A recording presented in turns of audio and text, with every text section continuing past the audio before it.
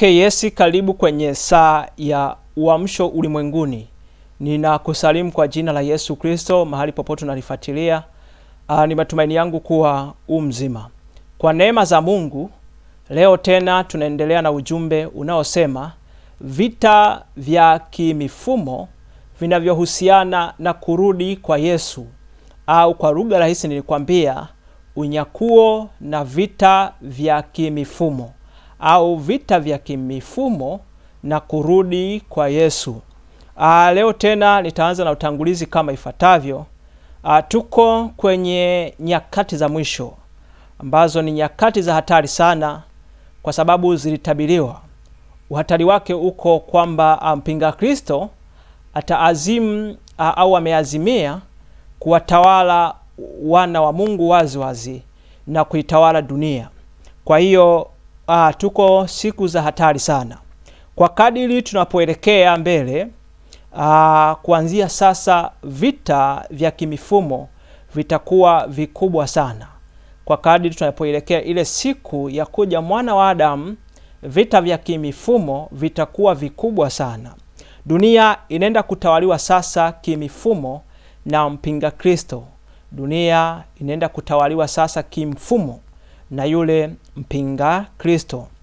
Yule mnyama na mpinga Kristo amesha saini mikataba kaza wa kaza na wakuu wa nchi na mawakala wa kuzimu kuitawala dunia rasmi na kuwapinga wana wa Mungu wazi na kuwapinga watakatifu wazi. Leo tena nitatokea kwenye kitabu cha Ufunuo sura ya 12 na ule mstari wa 15.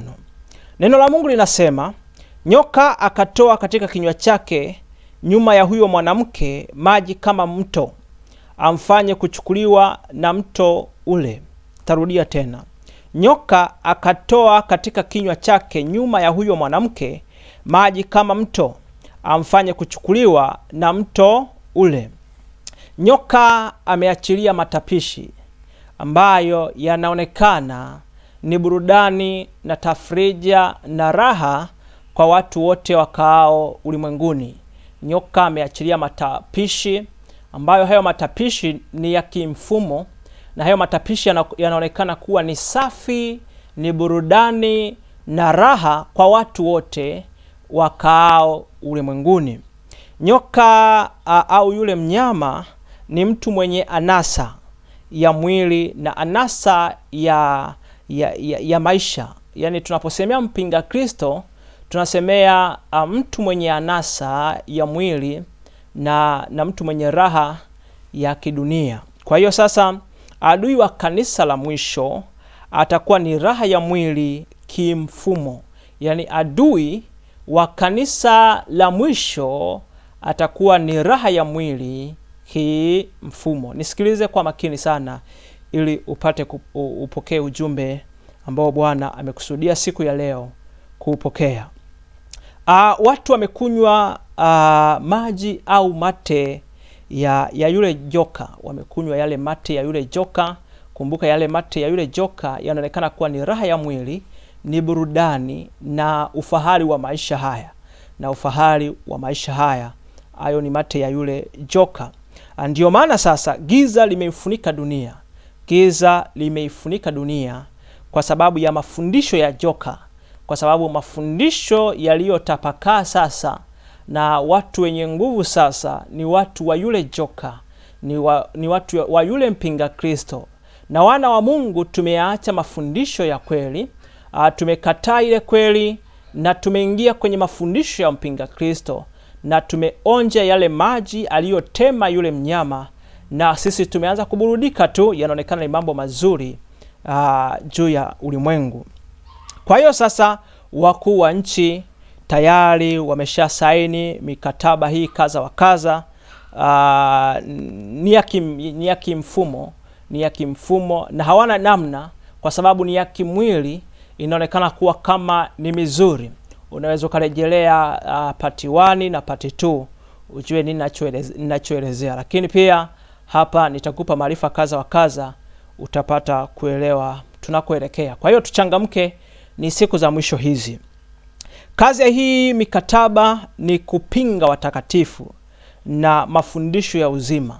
Kazi ya hii mikataba iliyosainiwa ni kuwapinga watakatifu, kulipinga kanisa na mafundisho yenye uzima. Tunakoelekea utanielewa vizuri, na nilikwambia kwamba sitatumia lugha ngumu, nitatumia lugha za kibinadamu rahisi kabisa ili uweze kunielewa.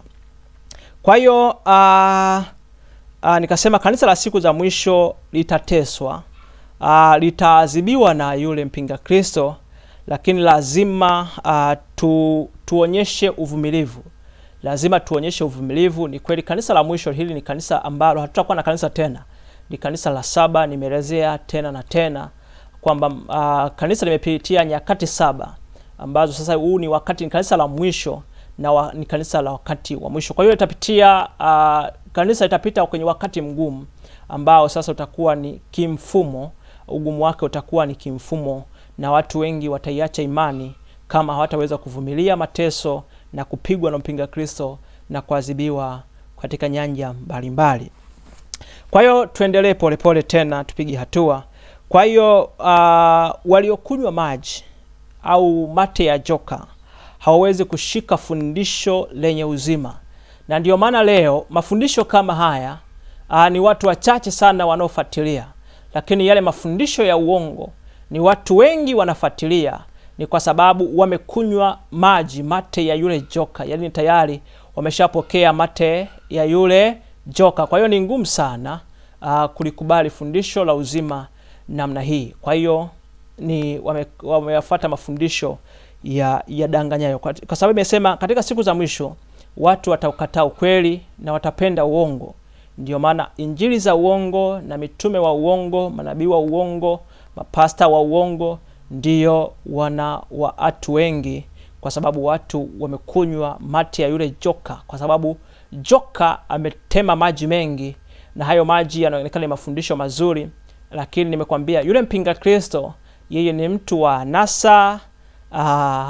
anasa na raha ya mwili. Tuendelee, tupige hatua tena. Kwa hiyo waliokunywa yale maji sasa, mafundisho yale, matendo yale, anasa zile, raha zile, hawawezi kupokea mafundisho ya uzima namna hii. Hata hubiri kuanzia asubuhi mpaka jioni hawezi akakuelewa. Na ndio maana sasa makanisa yote yamemilikiwa na mpinga Kristo na mafundisho yote ni ya mpinga Kristo. Unaweza kufuatia part 1, nilikwambia mambo mengi sana. Kwa hiyo adui wa kanisa la siku za mwisho ni raha ya mwili. Turudie tena, nilisoma Luka pale mwanzo, nifanye television. Luka sura ya 21 na ule mstari wa 34 kama sikosei. Luka inasema hivi: basi jiangalieni mioyo yenu isijikalemewa na ulafi na ulevi na masumbufu ya maisha haya, siku ile ikawajia ghafla kama mtego unasavyo.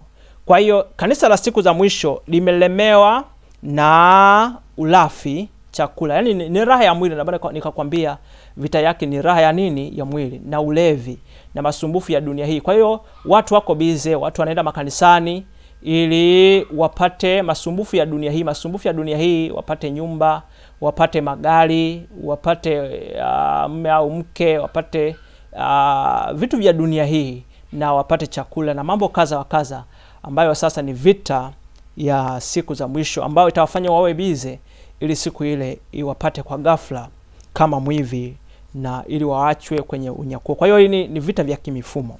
Tuendelee mbele tena. Kwa hiyo mifumo, nikisemea mifumo na maanisha muunganiko wa vipengele vingi, ambavyo hivyo vipengele sasa vinatoa mahitaji ya maisha ya watu hapa duniani. Hivyo vipengele vinatoa mahitaji ya maisha ya watu hapa duniani. Tukumbuka nilikwambia kwamba mtu ana mahitaji muhimu 3, lakini kakuongezea na mahitaji mengineyo ambayo ni mengi. Nikwambia mtu lazima ale chakula, lazima awe na malazi au makazi, lazima awe na nguo. Kwa hiyo hivyo vitu sasa vimewekwa kwenye mfumo. Nikwambia mahitaji mengine ni kama elimu, na yenyewe imewekwa kimfumo. Nikakwambia safari imewekwa kimfumo. Nilikwambia mambo mengi sana, ibada imewekwa kimfumo. Kwa hiyo ninaposemea vita vya kimifumo, vinavyohusiana na kurudi kwa Yesu. Na maanisha hivi, hayo mahitaji muhimu ambayo kila mwanadamu lazima yapate, awe ni tajiri, awe ni mtumwa, awe ni maskini au aliye huru, lazima hayo mahitaji mtu ayapate. Kwa hiyo vita yake iko hivi, yale mahitaji yote hauwezi kuyapata tunakoelekea mpaka uwe kwenye mfumo. Ina maana usipokuwa kwenye mfumo tunakoelekea, hauwezi ukapata chakula kama hauko kwenye mfumo. Hauwezi ukapata makazi, kwa sababu unaona sasa hizi kuna program, kila makazi unapewa namba ya nyumba tunakoelekea, lazima utalipia. Kwa hiyo uwezo ukapata mavazi, uwezo kanunua. Nilikwambia tunakoelekea mfumo wa kifedha hautakuwa huu tuliouzoea. Lazima mfumo wa kifedha utakuwa ni wa elektroniki, ambao utakuwa ni tunasema utakuwa ni ambao unatumia microchip. Nilielezea hiyo part 2. Hauwezi, na ndio maana sasa unaona uwezo ukasafiri, kwa sababu tunakoelekea kusafiri ni lazima itakuwa ni kwa njia ya namba. Hauwezi ukatibiwa tunakoelekea, lazima uwe na taarifa zako, uwe na bima ya afya, na taarifa zako lazima ziwekwe kwenye microchip. Taarifa zako zote za kibenki, hauwezi ukatoa pesa, lazima uwe na hiyo microchip. Hauwezi ukaenda dukani ukalipa cash, utakuwa na cashless, yani ni hela za kimtandao. Amen. Kama tuko pamoja, comment hapo kwamba tuko pamoja, ili kwa sababu nimekuwa na masomo mengi, nikwambia watu comment hapo kama kweli nijue kuna watu wananifuatilia, niendelee na muendelezo. Sikuwa napata comment kwamba nahitaji. Kwa hiyo nimekuwa na masomo mengi ambayo nimekuwa na mzigo mkubwa, naishia njiani, nasubiria watu nione kama watu wananifuatilia, kwa sababu naweza kuendelea kumbe watu hawanifuatilii. Nimekuwa na somo linaloitwa asili inavyokuzuia kuhamishwa na kuingizwa kwenye ufalme wa Mungu. Sijaona mtu aliye comment, kwa hiyo nasubiria hapo, kama watu wakiangalia hapo nitakuwa na muendelezo huo. Lakini nimekuwa na somo la kuketi mbingu ya 7 katika roho pamoja na Kristo. Sijaona watu sana wakifuatilia pale, lakini wakifuatilia tutakuwa na muendelezo hapo. Kwa hiyo tumekuwa tena na hili somo pia, na tutakuwa na masomo kaza wa kaza, usiache kunifuatilia. Hebu fungua sasa Ufunuo sura ya 13. Ufunuo sura ya 13 na ule mstari wa 16 na wa 18. Kuanzia mstari wa 16 mpaka wa 18. Neno la Mungu linasema, naye awafanya wote, wadogo kwa wakubwa, na matajiri kwa maskini, na walio huru kwa watumwa, watiwe chapa katika mkono wao wa kuume au katika vipaji vya nyuso zao. Mstari wa 17. Tena kwamba mtu awaye yote asiweze kununua wala kuuza, isipokuwa ana chapa ile, yaani jina la mnyama yule au hesabu ya jina lake. Mstari wa 18. Hapa ndipo penye hekima, yeye aliye na akili na aihesabu hesabu ya mnyama huyo, maana ni hesabu ya kibinadamu, na hesabu yake ni 666. Tuanzie hapo. Naposemea mfumo sasa, nimekwambia mambo yote tunakoelekea yataunganishwa kwenye mfumo mmoja. Nikwambia part 1, part 2 kwamba tunakoelekea kutakuwa na muunganiko wa kimtandao na kutakuwa na muunganiko wa kimfumo, na hayo yameanza sasa, lakini hayatendi kwa kiwango kikubwa. Kwa maana sasa maji unalipia kwa bili kwa kutumia simu, kwamba kusafiri pia unakata tiketi kwa online. Ukienda hospitalini itakuwa lazima uwe na bima ya afya. Hauwezi ukapata kazi kama hauna NIDA, na hauwezi ukafanya mambo kaza wa kaza kama hauna NIDA. Tunakoelekea vitu hivi vyote vitawekwa kwenye mfumo mmoja, kiasi kwamba mtu atatakiwa taarifa zake ziwe zimewekwa kwenye kitu kimoja ambacho nikwambia itakuwa ni microchip. Ina maana taarifa za kibenki zitakuwa humo, taarifa za passport za kusafiria zitakuwa humo. Kwa hiyo uwezo ukalipwa lazima uwe taarifa, ukiwa unafanya kazi lazima taarifa zako ziwe kwenye microchip, kwa sababu malipo yote hata saizi hata mfanya kazi wa kawaida kabisa kulipwa unaingiziwa kwenye kadi yako ya kibenki. Hata makanisa haya na yenyewe lazima sadaka zao wanaweka kibenki, na maana hakuna atakayekwepa. Na nikakwambia mfumo labda ambao utakuwa ni rahisi, labda kilimo. Na kilimo na chenyewe nikakwambia kimeingiliwa, kwa sababu sasa hizi tunanunua mbegu, ukizipanda ukivuna, ukizipanda zile mbegu hazioti tena, inakulazimu mpaka ununue. Ina maana na hiyo kwenye kilimo pia na yenyewe itakuwa haina jinsi, lazima uwe tu na ile uwe na microchip, kwa sababu pesa zitakuwa hizi zitakuwa ni pesa za kimtandao. Kwa hiyo alama ya mnyama, chapa ya mnyama 666. Tunaposemea chapa ya mnyama 666 tunamaanisha nini? Kwa maana watu wengi hawaelewi 666 na kuaje. Wanajua kweli itakuwa ni namba kabisa umecholewa usoni pengine, au kwenye kweli mkono wa kuume au kwenye mkono wa kushoto. Nisikilize sasa nikuelezee hii namba 666 ikoje na inamaanisha nini. Tunaposemea alama ya mnyama 666 ni alama ya kimfumo inayoshughulika na mifumo ya dunia, mwenendo na anasa za kidunia. Kwa hiyo tunaposemea namba 666 tunamaanisha mifumo ya kidunia, anasa za kidunia na mwenendo wa kidunia. Hiyo chapa imewekwa kwenye mifumo mbalimbali inayotoa mahitaji muhimu ya watu. Hiyo namba imewekwa kwenye mifumo kaza wa kaza, ambayo sasa hiyo mifumo inatoa mahitaji muhimu ya watu.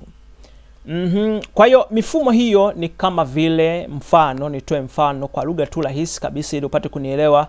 Mifumo hiyo ni kama vile mifumo ya ibada, tunasemea dini sasa. Mifumo ya mavazi, hiyo ni mifumo imewekwa. Kuna mifumo ya siasa, huo ni mifumo ya afya, humo kuna hiyo pia. Mifumo ya elimu na mifumo kaza mingi ambayo nikianza kuitaja siwezi kuimaliza. Kwa hiyo kwenye somo hili tutaenda kuangalia mfumo mmoja baada ya mfumo mwingine. Tuanzie kabisa na mfumo unaotuhusu wana wa Mungu, ambao ni mfumo wa dini. Na watu wengi wamekuwa katika dini na kuanza kuwa wameokoka na kuanza kuwa tayari wana Mungu, lakini hawajui wanamtumikia mpinga Kristo bila wao kujua. Na kimsingi tu hii namba unaweza hauwezi kaijua kama hauna hekima na akili, kwa sababu inasema kwamba yeye aliye na akili na ihesabu. Lazima uwe na akili.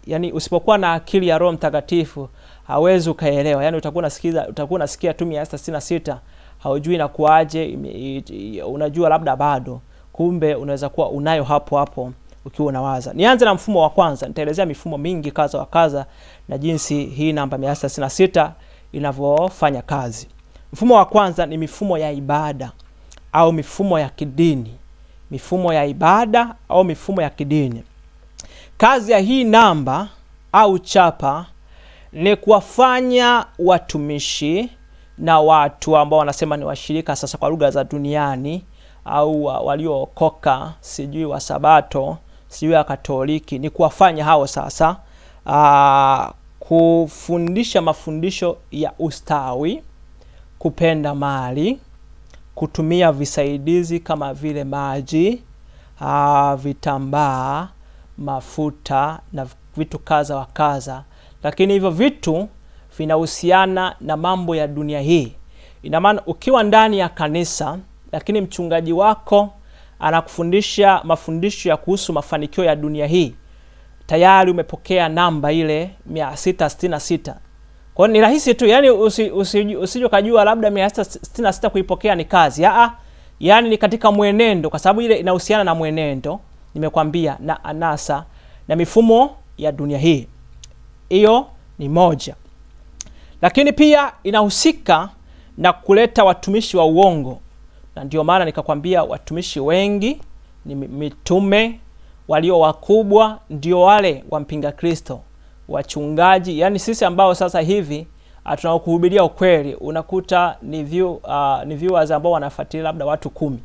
Lakini nikiweka keki ya upako hapa, au fundisho la kwamba ufanyeje ubarikiwe, ufanyeje upate gari, namna ya kutoka kiuchumi, namna ya kutoka kwenye madeni, utakuta watu wengi wanafuatilia. Kwa hiyo ni kuleta watumishi wa uongo, na ndio maana leo watumishi wa uongo ni wengi kuliko watumishi wa kweli wa Mungu. Hiyo ni 666. Kwa hiyo ukiwa tu kwenye kanisa la mtumishi wa uongo tayari una 666. Hii haikwepeki. Ukiingia tu kwenye mfumo, ukijaa kwenye mfumo tayari unayo na bila wewe kujua. Yaani wewe kama unashiriki ibada kwenye kwa nabii wa uongo, mtume wa uongo, mchungaji wa uongo, tayari unayo hiyo chapa.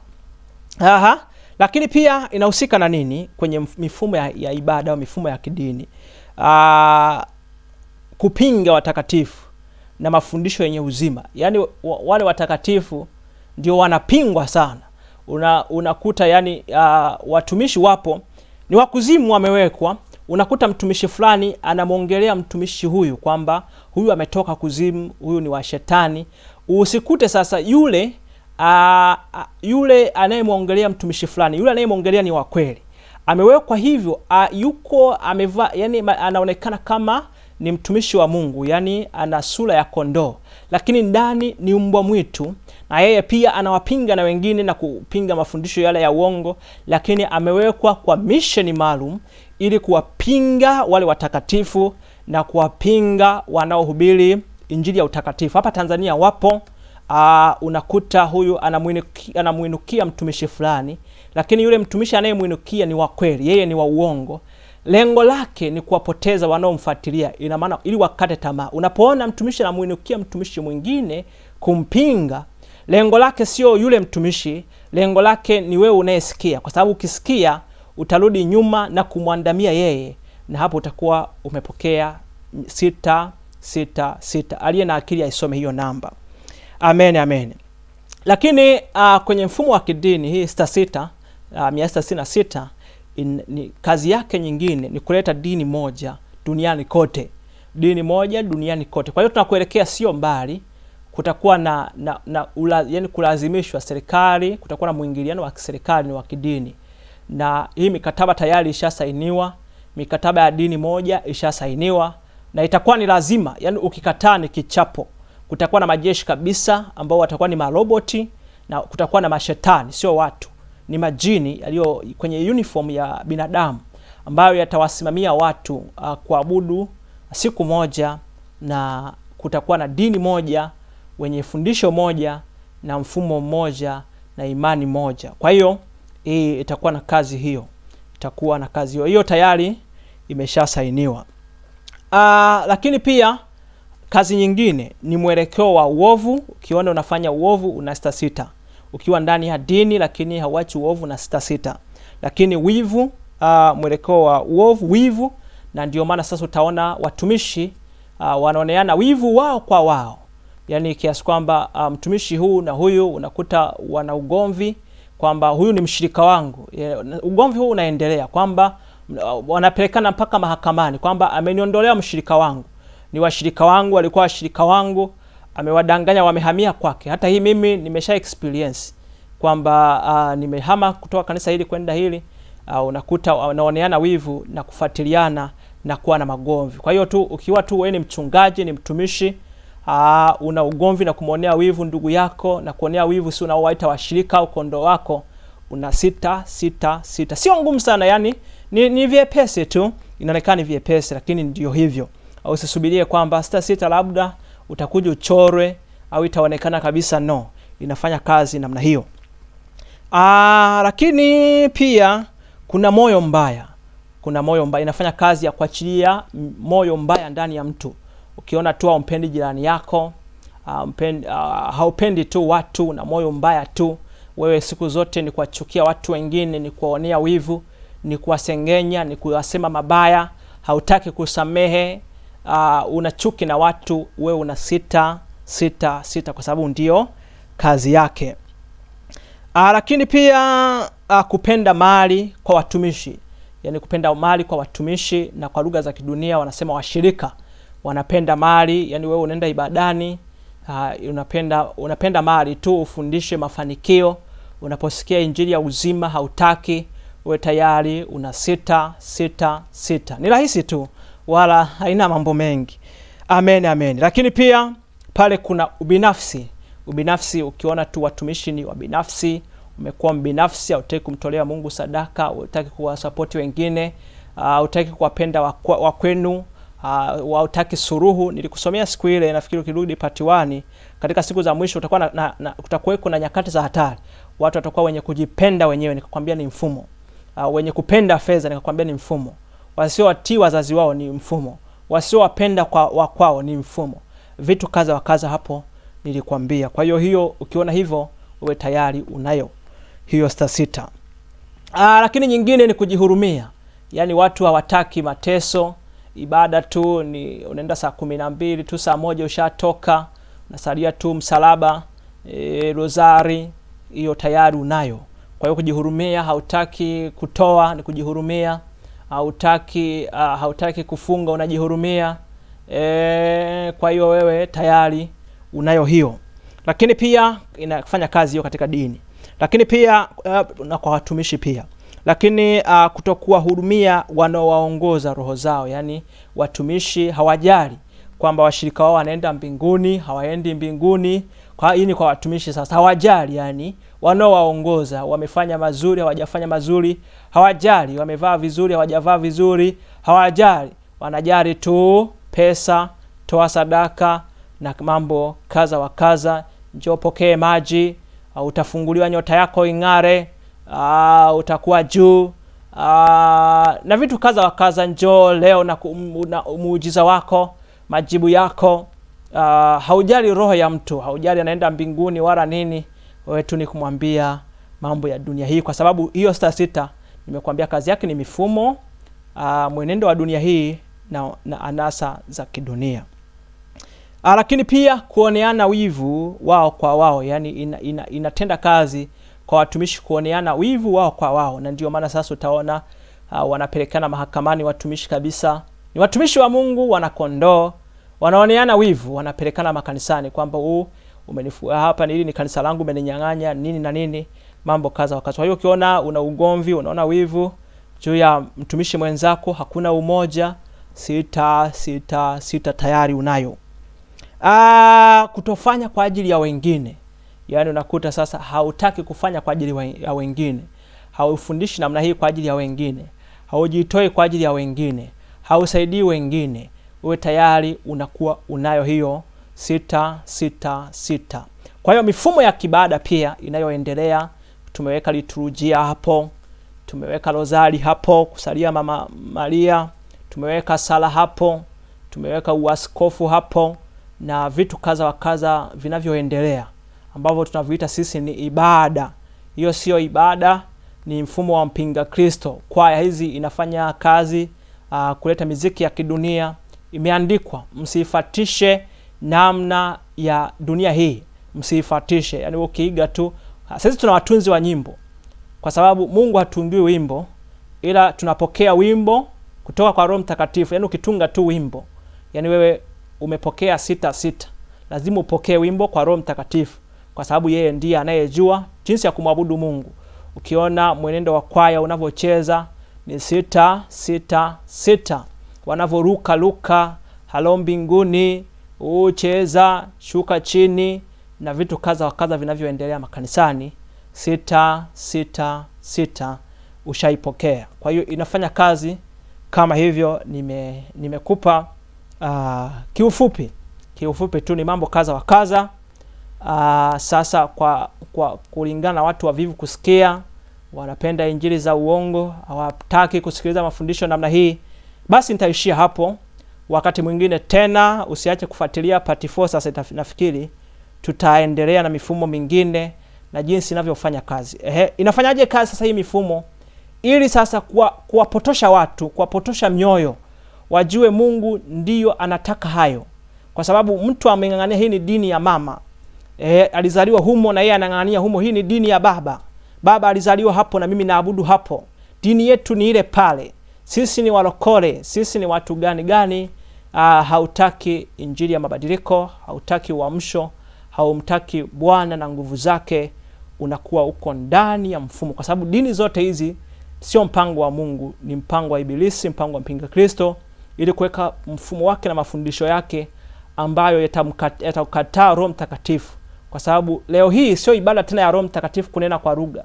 Mimi nakumbuka mara ya kwanza kuingia kwenye kanisa la Kipentekoste kwa 2015. Ni tofauti kabisa na saizi. Yani hapo mimi nimeingia, watu wananena kwa lugha. Neno linaendelea, watu wananena kwa lugha. Ibada inaisha, watu wanabaki kanisani mpaka jioni, Roho Mungu ameshuka, watu wananena kwa lugha. ibada naisha, wanarudi jioni, unamkuta mtu ananena kwa lugha. Lakini leo hakuna anayenena kwa lugha, yani tu ni mambo rahisi tu. Tumeshadadia kwaya tu, kuimba tu nyimbo ambazo hazileti uwepo wa Roho Mtakatifu. Yani watu wengi hawajui hata uwepo wa Roho Mtakatifu, ni ilimradi tu tumeenda kwa mahekalu na kufanya vitu vinavyoitwa ibada, kumbe ni mifumo ya mpinga Kristo. Kwa hiyo uwe macho. Hii ni vita ya unyakuo. Ni vita ambayo inataka Yesu atukute tukiwa kwenye mifumo hiyo na asiweze kutunyakua. Kwa hiyo Mungu akubariki sana. Unaweza kunisupport kwa kusubscribe hapo, kulike, kucomment na kushare ujumbe huu kwa watu kaza wa kaza. Amen, amen. God bless you.